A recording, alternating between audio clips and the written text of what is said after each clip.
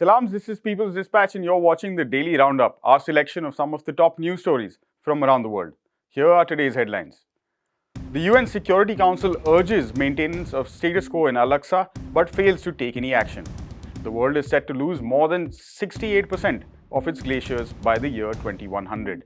The court suspends the public funding of the leftist HDP party in Turkey. And finally, Brazil rejoins CELAC. The United Nations Security Council on Thursday, the 5th of January, expressed concern over the recent storming of the Al-Aqsa mosque compound in the occupied West Bank by Israel's new extremist far-right security minister. It further called for maintaining the status quo of the site in the city of occupied East Jerusalem, currently under Israeli occupation. The Security Council's meeting took place after the Israeli minister, Itamar Ben-Gvir, on Tuesday this week invaded the mosque compound accompanied by heavy security. The visit to the third holiest site in Islam was viewed as being extremely provocative and inflammatory by Palestinians and Muslims around the world, as the visit is in flagrant violation of the historical and legal status quo in Jerusalem and goes against international law as well. As per the current status of the mosque compound, only Muslims are allowed to perform worship at the site. All 15 members of the Security Council, even while denouncing the provocative Israeli actions, fell short of taking any concrete, substantial steps, though, to put pressure on the Israeli government to ensure that the status quo is maintained and such acts are not repeated, which threaten the status as well as risk widespread outbreaks of violence. The Palestinian envoy to the United Nations criticized the Security Council for only resorting to releasing statements of concern and appeals while not taking any real action. He additionally accused Israel of showing absolute contempt for international law as well as long-standing international agreements. Even Arab countries which have peace treaties with Israel, such as Egypt, Jordan, and the United Arab Emirates, joined in the condemnation of the minister's action, with Jordan summoning the Israeli ambassador to that country to express its displeasure. In addition to the statements regarding Al-Aqsa, the UNSC reiterated its support of the two-state solution towards ending Israeli occupation in a just and peaceful manner. However, the Council's support of the proposed two-state solution comes at a time when the new Israeli government under Prime Minister Benjamin Netanyahu has expressed repeated support for illegal Israeli settlements in the occupied territory and has reiterated its intentions to build and expand them deeper into the land which would otherwise create a Palestinian state. A new study released on the 5th of January says that more than two-thirds of the world's glaciers will disappear by the year 2100 if humans fail to limit the level of global warming that we are currently seeing. The vast study done on the world's 215,000 land-based glaciers, excluding those in Greenland and Antarctica, was released by the journal Science and is said to be more comprehensive than any of its kind in the past.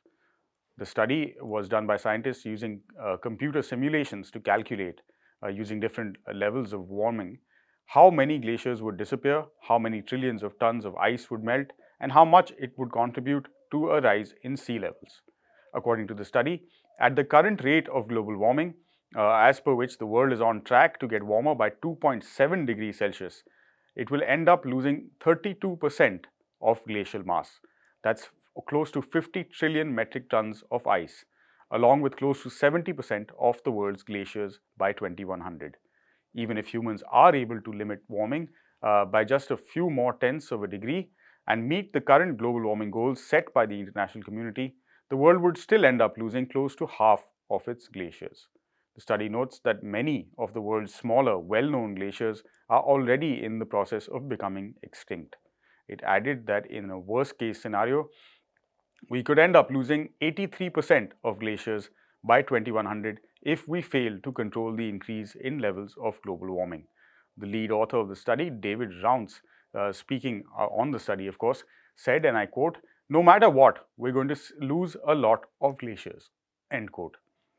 He noted that humans do have the ability to swiftly and effectively take action to limit the numbers of glaciers that we end up losing.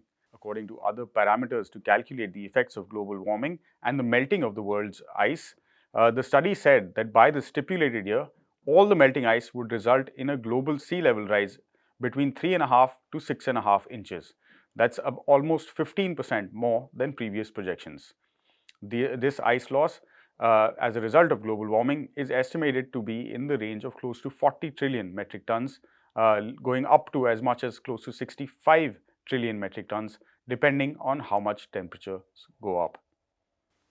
The third largest party in Turkish parliament, the People's Democratic Party or the HDP, has been banned temporarily by the country's constitutional court on Thursday and has been stopped from availing any kind of public funding. The decision is a major blow to the party ahead of the upcoming national elections in the country. The Constitutional Court, ruling with a majority vote, decided to suspend the public funding of the HDP until the disposal of a petition to dissolve the party, which is pending in court and is expected to come up for hearing next week. With a strong base among the Kurdish minorities in the country, the HDP is considered a left-wing party. It won over 11% of the popular vote in the last elections in 2018 and secured 56 seats in the 600-seat Turkish National Assembly. The party was slated to receive close to $30 million from the state treasury before January 10th, as per Turkish laws, which allow partial funding to political parties who receive more than 7% of the popular vote in the last elections. The ruling right-wing Justice and Development Party, the AKP, and its ally, the Nationalist Movement Party, have accused the HDP of having links with the banned Turkish Workers' Party, the PKK, and sought its dissolution. The HDP has denied allegations and said, in fact, on Thursday that the Constitutional Court's verdict is the result of pressures created by the ruling coalitions. It termed the decision a blatant attempt to undermine fair and democratic elections in the country. Turkey is going to have a national election later this year, in which the long-term ruling AKP is facing a resurgent opposition led by the Republican People's Party, called the CHP. It has formed an alliance with other parties and is expected to give a strong challenge to President Recep Tayyip Erdogan's two-decade-long rule. However, it is also speculated that the HDP will have a crucial role to play if Erdogan is to be defeated. And finally, the government of Brazilian President Luiz Inácio Lula da Silva also on Thursday reported that it had decided to rejoin the community of Latin American and Caribbean states, known as CELAC, a regional integration bloc that his predecessor Jair Bolsonaro left in the second week of January 2020, alleging that it failed to protect democracy in its member nations. The Brazilian Foreign Ministry, through a statement, described Brazil's decision to return to CELAC as an indispensable step towards the recomposition of our diplomatic heritage and the country's full reinsertion into the international community." End quote. For its part, the Argentine government of President Alberto Fernandez, which currently holds the pro tempore presidency of CELAC, congratulated Brazil on its reincorporation into the regional mechanism. CELAC is an intergovernmental mechanism for dialogue and political agreement and includes permanently all 33 countries in Latin America and the Caribbean. It was founded by Commander Hugo Chavez in December 2011 in Caracas, Venezuela, with the objective of promoting regional unity and peace, political cooperation, and socio-economic development of all member nations, while also, of course, respecting at the same time the political, economic, social, cultural, and ideological differences of each member nation.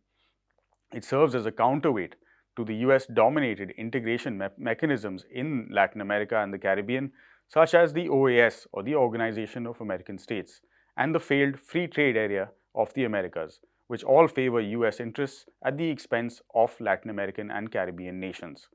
It's worth mentioning at this point also that Brazil was one of the participating states in the creation of CELAC, and in 2008 hosted its first summit in Bahia. And that's all we have on this episode of the Daily Roundup. As always, for more details on these stories, we invite you to head to our website, peoplesdispatch.org, and don't forget to follow us on Facebook, Twitter, and Instagram. Thank you for watching. Goodbye.